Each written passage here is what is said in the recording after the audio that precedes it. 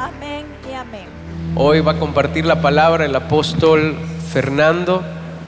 Gloria al Señor, buenos días. Quisiera que pongan la Biblia en Hechos 9, verso 1 al 16.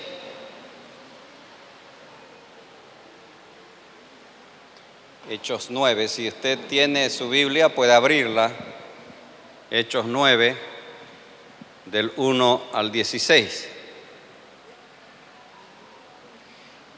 Y vamos a hablar ahora acerca del poder transformador del Señor.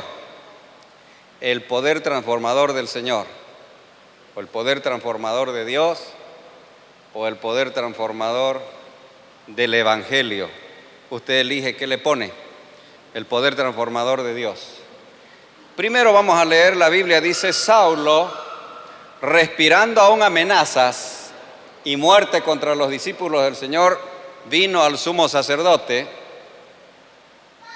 y le pidió cartas para las sinagogas de Damasco, a fin de que si hallase algunos hombres o mujeres de este camino, los trajese presos a Jerusalén. Mas yendo por el camino, aconteció que al llegar cerca de Damasco, repentinamente le rodeó un resplandor de luz del cielo, y cayendo a tierra, oyó una voz que le decía: Saulo, Saulo, ¿por qué me persigues? Y dijo: ¿quién eres, Señor? Y le dijo: yo soy Jesús a quien tú persigues. Dura cosa te es dar cosas contra el aguijón. Él, temblando y temeroso, dijo: Señor, ¿qué quieres que yo haga? Y el Señor le dijo: levántate y entra en la ciudad y se te dirá lo que debes de hacer. Y los hombres que iban con Saulo se pararon atónitos, oyendo a la verdad la voz, mas sin ver a nadie. Entonces Saulo se levantó de tierra y abriendo los ojos no veía a nadie, así que llevándole por la mano le metieron a Damasco. Siga. 9. Donde estuvo 3 días sin ver y no comió ni bebió. Siga. Había entonces en Damasco un discípulo llamado Ananías, a quien el Señor dijo en visión: Ananías, y él respondió: heme aquí, Señor. Y el Señor le dijo: levántate y ve a la calle que se llama Derecha y busca en casa de Judas a un llamado Saulo de Tarso, porque he aquí él ora. Y ha visto en visión a un varón llamado Ananías que entra y le pone las manos encima para que recobre la vista. Entonces Ananías respondió: Señor, he oído muchos acerca de este hombre, cuántos males ha hecho a tus santos en Jerusalén. Y aún aquí tiene autoridad de los principales sacerdotes para prender a todos los que invocan tu nombre. El Señor le dijo: ve, porque instrumento escogido me es este para llevar mi nombre en presencia de los gentiles y de reyes y de los hijos de Israel. Porque yo le mostraré cuánto le es necesario para padecer por mi nombre. Ay, mire usted qué interesante lo que nos señala la palabra del Señor. Para entrar en materia, les voy a decir que Esteban fue el primer mártir que hubo en la iglesia en Jerusalén. Y cuando Saulo parece que era de parte de una comisión que se había propuesto para terminar con esta nueva corriente que estaba apareciendo, esta nueva corriente doctrinaria.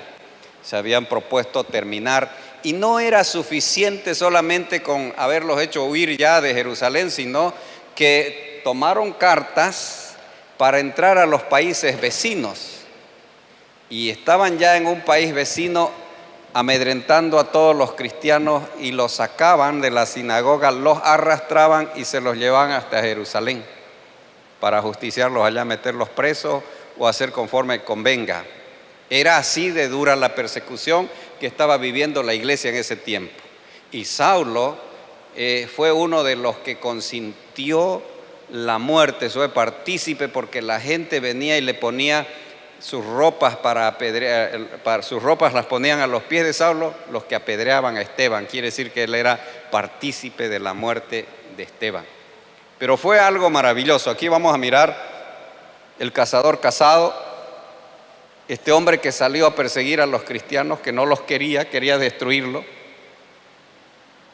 Se encuentra en el verso 1, se encuentra con un resplandor que hizo que él cayera a tierra y los que estaban con él. Y él agarra y dice, como dice, Saulo, Saulo, ¿por qué me persigues? Y la respuesta fue, yo soy Jesús, a quien tú persigues. Y aquí nosotros podemos notar algo muy claro, muy evidente. El que se opone al Evangelio, el que se opone a lo que Dios estableció como autoridad, se está oponiendo a Dios mismo. Porque ¿a quién perseguía? A los hermanos. ¿A quién perseguía? A la iglesia. Pero aquí vemos nosotros que el Señor le dice, ¿por qué me persigues? Saulo, ¿por qué me persigues? Y una confrontación directa, y nosotros vamos a ver que hubo un cambio tremendo en el destino de la vida de este hombre. Era un hombre muy preparado, muy capaz, para que lo tengan en alta estima dentro del concilio judío. Él había estudiado a los pies de Gamaliel, era discípulo de Gamaliel, uno de los mejores maestros que hubo en aquella época, ¿no? Él conocía las escrituras a profundidad. Entonces, era un hombre con autoridad, como dice Ananías. Este hombre tiene autoridad aún aquí en Damasco, que no tiene nada que ver. Ya no pertenecía a Israel, Damasco era del país vecino, estaba en el país vecino, pero él tenía autoridad para poder sacarlos. ¿Por qué? Porque había conseguido cartas de las sinagogas para poder traérselos hasta allá. Pero en esa persecución, cuando estaba persiguiéndolos, se encuentra cara a cara con el Señor, y fue algo asombroso, ese impacto. Él quedó ciego del impacto, se quedó ciego, y ahora necesitaba de ayuda.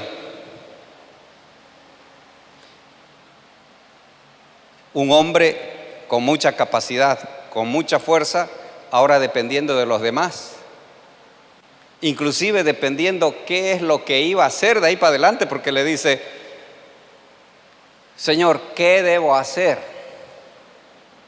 Inmediatamente, ¿qué debo hacer, Señor?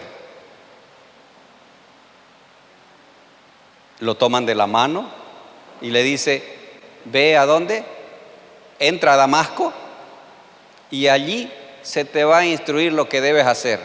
Fue tan duro el golpe para este hombre que no comió ni bebió durante 3 días y estaba orando. Estaba orando y estaba ayunando. ¿Qué es lo que he hecho? ¿Cuánto remordimiento había? ¿Cuánto los perseguí? ¿Cuánto los estropeé, los ultrajé, los humillé?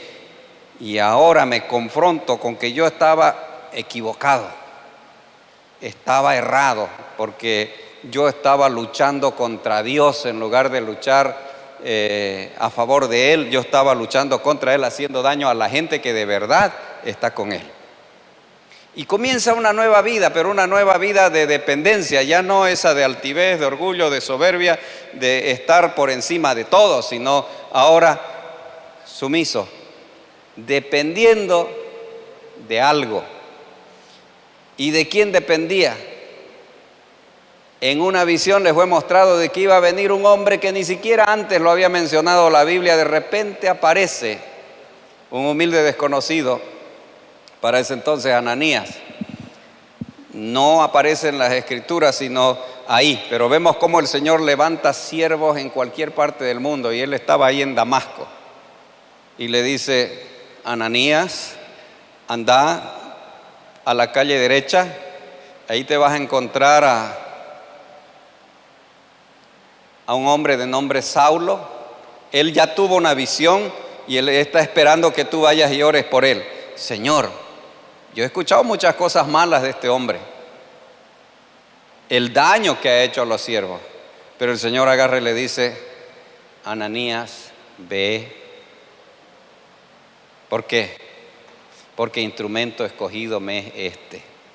Con este voy a llegar a gentiles, con este voy a llegar a reyes, porque la capacidad que tiene este hombre es tremenda y lo voy a usar y él va a saber lo que es padecer por tu causa o por mi causa. Asombroso. Vemos entonces este hombre inicia una nueva vida, ya no una vida de persecución, de perseguidor, sino ahora ya viene a ser uno del grupo de los perseguidos, pero con mucha autoridad y potencia que le daba el conocimiento que había adquirido. Y aquí hay una cosa hermosa en este tema de Ananías. Me gustaría detenerme en lo de Ananías. ¿Qué es lo interesante de Ananías? La obediencia del hombre, ¿no? Un ministerio de aliento personal, porque no se lo escucha en ninguna otra parte más del libro de los Hechos, donde él aparece como un gran predicador. Él era un hombre que tenía un corte profético, don de ciencia y de conocimiento, palabra de sabiduría. De repente nomás el Señor le hablaba y él simplemente obedecía lo que el Señor le decía. Anda a tal parte y vas a hacer esto. Parece locura, ¿no? Vas a ir y vas a decir esto. Y no saben lo difícil que es a veces. A mí me ha pasado tener que ir a decir a personas en autoridad o personas difíciles de poder decirle, porque uno espera cualquier cosa de las personas, pero ir a decirles lo que el Señor manda a decir. Hay una lucha tremenda que uno sostiene aquí adentro, pero lo admirable de este hombre es que cuando Dios le decía anda, él iba. La obediencia era una de las cosas muy importantes. Y la otra, la actitud compasiva que tuvo con el mismo Saulo, porque pobre tipo, nos persiguió como iglesia, nos hizo daño. ¿Qué haría usted? Que se muera. Tanto daño que nos hizo que se quede ciego. Se la merece. Pero no, él agarra y dice: qué corazón más humilde y qué actitud más positiva de este tipo de agarrar y decir: bueno, no importa que nos hizo daño, el Señor manda y yo voy a orar por él. Y él va y ora por él para que él pueda ser restaurado. Amén. Es interesante ver cómo el Señor cambia las cosas. Y aquí ya vemos nosotros el principio de un ministerio que ocupa casi todo el resto del libro de los Hechos. Es un ministerio dinámico de Saulo. Saulo en la sinagoga se enfrentaba con los judíos, con los maestros, y recién le fueron abiertos los ojos de todas las escrituras del Antiguo Testamento que hablaban acerca del Señor Jesucristo. Antes él estaba cegado, pero el conocimiento que tenía en la palabra le daba la autoridad para poder hablarle de tú a los maestros. Era tan conocedor de las escrituras que él los rebatía y los avergonzaba por la certeza, la precisión con que usaba las escrituras para hablar. Y vemos este ministerio tocando vidas de gentiles, tocando vidas de reyes, de cónsules, de gente que otros no podrían alcanzar. Y eso, como dijo el Señor al principio cuando lo llama, debido al conocimiento que ya él tenía, la experiencia que él tenía, la sabiduría que había adquirido, ahora comienza un precioso ministerio bien activo, un ministerio dinámico. No era algo light, era dinámico. Usaba el conocimiento y confiaba en el poder de Dios. Ese poder de Dios que agarró y lo transformó, que lo cambió de un solo golpe. Ese lo usaba, porque él en algunas partes del Evangelio dice: porque nosotros no usamos palabras de sabiduría humana, sino usamos el poder de Dios. ¿Por qué? Porque era eso lo que lo impactó. No fue el conocimiento, sino fue el poder de Dios para poder transformar las vidas. Y vemos aquí una vida totalmente transformada, ¿no? Un hombre, vuelvo a decir, que perseguía. ¿Se puede estar honestamente equivocado o no? Sí, ¿no? Este hombre estaba honestamente equivocado. Él creía que lo que él profesaba, lo que él ejercía era lo máximo, pero de repente se encuentra con que, Dios no había estado de acuerdo con eso. ¿Cuántas veces nos pasa a nosotros que creemos estar en lo correcto y de ahí nos caemos de la estera y nos damos cuenta de que, no había sido como yo pensaba? Había sido, la palabra del Señor dice de esta otra manera, ¿no? Razona él acerca de él, pero este razonamiento, este actuar de Saulo le lleva a problemas, porque comienzan los judíos de Damasco, se molestan de tal manera que preparan su muerte. O sea, ahora ya de perseguidor a perseguido. Y lo más triste era esto, que los hermanos en Cristo no creían en él. ¿Por qué? Porque si los había perseguido tanto, ocasiona nomás problemas. Que de repente una persona que le hace persecución a usted vengan y le digan, oye, decite que ya no persigue, está con nosotros. No, solo Dios sabe si este de verdad está con nosotros o es una trampa la que quiere tendernos para tenernos a todos los líderes máximos y matarnos. Entonces la situación de Saulo fue terrible, no era aceptado por ninguno de los dos grupos en principio, sino fue Bernabé, que después lo introdujo dentro del concilio en Jerusalén, pero al principio estaba contra dos corrientes. Los judíos lo persiguen y parece que había dentro del muro de Damasco había una ventana. Dice que por una ventana lo descolgaron a él para que pueda escapar, porque estaba ya sellada su ajustamiento, ya lo iban a ajusticiar. Y ahí vemos a Saulo escapando. Los hermanos desconfiados, nadie quería saber de él. Bernabé va, habla con Pedro, habla con Juan, habla con los otros líderes, con Santiago, habla con ellos en Jerusalén. Si ustedes quieren saber más acerca de esto, ustedes van y buscan el libro de Gálatas, capítulo 1, versículo 18, y en otros textos del mismo libro de los Hechos, vamos a encontrar de que ahí está él lidiando y finalmente es reconocido y es aceptado dentro de la iglesia. Fue dura la batalla, finalmente lo aceptan como el hermano que estaba destinado a predicar a los gentiles.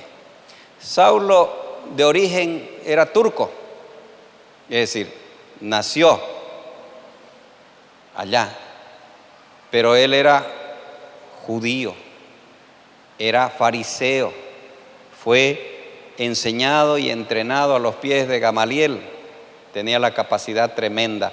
Nosotros estamos viendo la historia de Saulo, pero ¿qué podemos sacar nosotros de esta enseñanza? A veces en la vida nosotros nos desanimamos porque tenemos personas que nos oponen y nos sentimos amedrentados, nos sentimos disminuidos porque hay oposición y como que nos apagamos, como que nos queremos rendir. Ya no quiero seguir en el evangelio porque ya no quiero tener problema con la gente. A veces decimos, no, mejor ya no predico aquí, o mejor ya no oro por los enfermos porque la gente me mira como bicho raro. No, Señor. Si Dios lo llamó para algo, usted tiene que avanzar, no importa, se oponga quien se oponga, cuando usted está haciendo lo correcto delante de la palabra, diga lo que digan, no importa, lo que usted tiene que hacer es avanzar, no avergonzarse del Señor.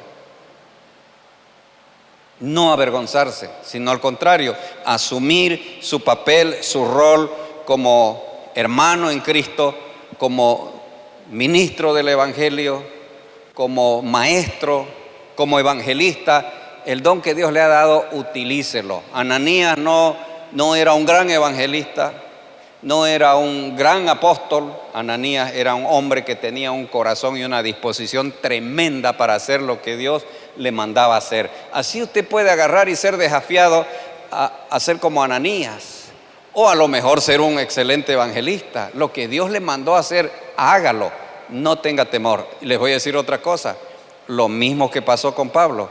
Si alguien se opone a usted haciendo la voluntad de Dios, no está peleando con usted, está peleando contra Dios. Así sea su marido, así sea su mujer, así sea su suegra, así sean los empleados de la oficina, sus compañeros de oficina o donde sea, no importa quién se oponga. Si usted está viviendo rectamente conforme a la palabra, esa persona está tirándose contra Dios y Dios va a poner las cosas en su lugar. Amén. La oposición no. Y ahora nosotros en este momento no tenemos esa persecución así, abierta, pero sí en el mundo nosotros como iglesia estamos perseguidos por ideologías. Quieren destruir el cristianismo con las ideologías. Quieren cambiar la moral de las personas y el destruir a la familia, el destruir a la niñez, el elaborar ciertos edictos, incrustar ciertas leyes dentro de los gobiernos donde prácticamente es una persecución en otro sentido. No lo están haciendo abiertamente, pero encubiertamente sí tenemos una gran oposición, dando libertades a naciones que tienen, que son radicales contra el cristianismo, le dan plena libertad. Ideologías que son radicales para terminar con la moral, le dan libertad.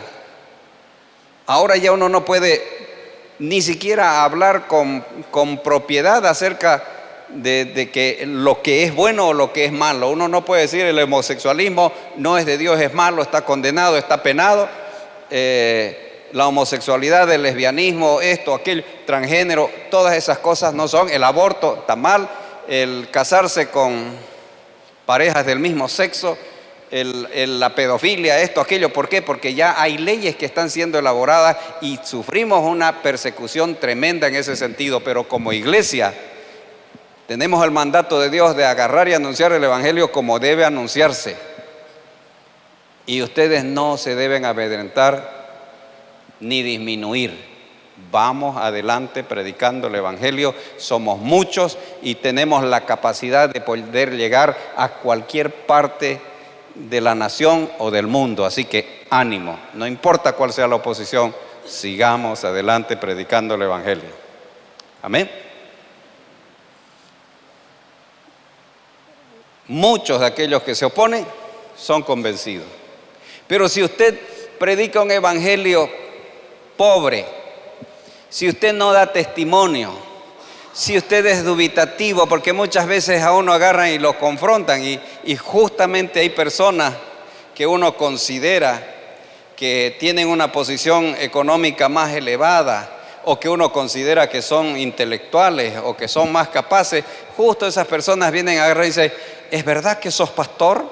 No puedo creerlo. Una persona inteligente como vos siendo pastor, qué ignorancia, pensé que era más inteligente. ¿Qué va a decir usted? Ay, disculpa, mira. No, señor, es el más alto honor que uno puede tener, el ser hijo de Dios y el ser pastor, y no importa cuán ignorante le piense el mundo que es usted, no importa. Lo que sí importa es que usted ha sido cambiado y ha sido transformado por el Señor y que no va a callar de anunciar el evangelio porque usted considera que es lo que está correcto delante de Dios. Hay de lo que a lo bueno llaman malo y a lo malo llaman bueno, eso dice el Señor. Pero usted no se deje amedrentar, siga avanzando. Amén. Y no tenga temor, cumpla con la palabra, sea un hacedor de la palabra dentro del hogar. Si usted hace las cosas bien, ni su propio marido que se opone ni nadie va a tirarse contra usted. Finalmente van a terminar doblegados y rendidos, porque es un asunto entre Dios y la persona. Dios y la persona. Dios se hace cargo. Usted lo único que hace es obedecer la palabra. Honra a quien se honra, honra a Dios con sus palabras, lo glorifica a Él y Él se va a glorificar en su vida y va a hacer que la oposición se convierta más bien en ayuda más adelante. Amén. Bien. Y luego nosotros vamos viendo que podemos desarrollar distintos tipos de ministerios, distintos tipos de actividades, de ayuda. Mire ahora la crisis con que estamos viviendo, la situación que se está viviendo. Hoy nosotros debemos ser ejemplos, ¿cómo? Llevando la ayuda necesaria físicamente, aportando, poniendo arroz, poniendo una cosa, todo. Lo que usted vea prudente, es necesario, ayude. Así como Ananías en su tiempo, lo que pudo llevarle a Pablo fue algo precioso, le llevó la sanidad. ¿Cuántas veces personas heridas y dañadas vienen a nuestras vidas, bien dañadas? Y tenemos que tener la capacidad nosotros de poder ayudar a sanar los corazones. No necesita usted ser pastor, usted tiene que estar capacitado para hacer ese ministerio de ayuda personal, de ese ministerio donde pueda socorrer al necesitado en cualquier área que necesite. Amén. Eso es para usted. Y ahora, vuelvo a decirles, anímense. No vivan con las voces embargadas. Si se equivocó, si le falló al Señor, tiene la oportunidad, doble sus rodillas, restablezca la paz con Él. Cuando Él agarró y murió en la cruz del Calvario, Él murió por sus pecados pasados, presentes y futuros. No fue por los pasados, también fue por los presentes y hizo una provisión para el futuro. ¿Por qué? Porque sabe que nuestra naturaleza es débil, pero Él siempre está dispuesto a tendernos la mano para que nosotros podamos levantarnos con poder y con autoridad. Amén. Ese es nuestro Señor, ese es el Evangelio, no de tregua. Avance, avance, avance, predique, ayude. A veces se predica con el ejemplo. A veces la gente lo que necesita es ver actitudes diferentes. A veces la gente lo que necesita es que alguien le dé palabra de consuelo. La gente necesita un hombro para llorar. Alguien que le alcance un pañuelo para que se seque las lágrimas. Alguien que con su presencia solamente, con su presencia le diga: aquí estoy a tu lado. Aún sin hablar nada, uno puede ser de gran bendición para gente que está pasando necesidad. Sentado al lado de la persona que padece gran necesidad, o que ha tenido una gran pérdida, el estar ahí presente significa mucho para la persona. Y más aún si uno tiene palabra de consuelo, no de acusación, porque normalmente uno dice: seguro que pecaste, seguro que hiciste esto, seguro que hiciste aquello. A mí me ha pasado. Hubo una época que no me salía nada bien. Me caí de las escaleras, me lastimé, al poco tiempo me vuelvo a lastimar, se roban mi camioneta, me hacen un montón de cosas justamente cuando el Señor me llamó a tiempo completo. Y unas hermanas tan queridas, tan cercanas a mí, una de ellas agarra y me confronta y me dice: pastor, confiese pues su pecado, porque seguramente usted está haciendo algo oculto, porque ya no puede ser que le salga todo mal, confiese que está pecando.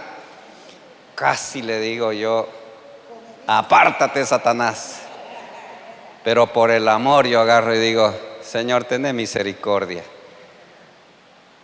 No me la quites de adelante, ayúdame a superar la prueba y amarla a pesar de. Es que habemos hermanos así. No importa. Lo que uno tiene que agarrar y es saber que su corazón está en completa paz con el Señor. Amén.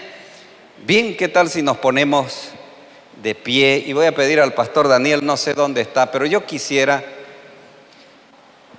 que cuando estemos orando por lluvia, de verdad levanten las manos y siéntanlo. Miren ustedes, no sé si ustedes han visto en sus casas llegando pajaritos que antes no estaban, o se ha aumentado la cantidad de pajaritos o de animalitos. Pónganle agua, pónganle alimento, traten de curarlo, pónganlo lejos del alcance de los gatos, de los otros animales, pero ahí muestren su amor inclusive con la naturaleza. ¿Por qué? Porque la Biblia dice que aún la naturaleza gime a una esperando el día de la redención gloriosa. Bien, volvemos, póngase de pie, vamos a orar primero por nosotros. ¿Para qué? Para asumir la posición, para que el Señor pueda cambiarnos de verdad como lo cambió a Pablo, o que haga que desarrollemos un ministerio como Ananías, o que no un Ananías, pero sí un Fernando, sí un Eric, sí una Mariela, ¿no? ¿Sí? Isabel, Mariela es la hija, ¿no? Ajá. Y así que el Señor haga su obra. Vamos a orar primero vamos a alabar. Dios manda lluvia. Dios manda lluvia.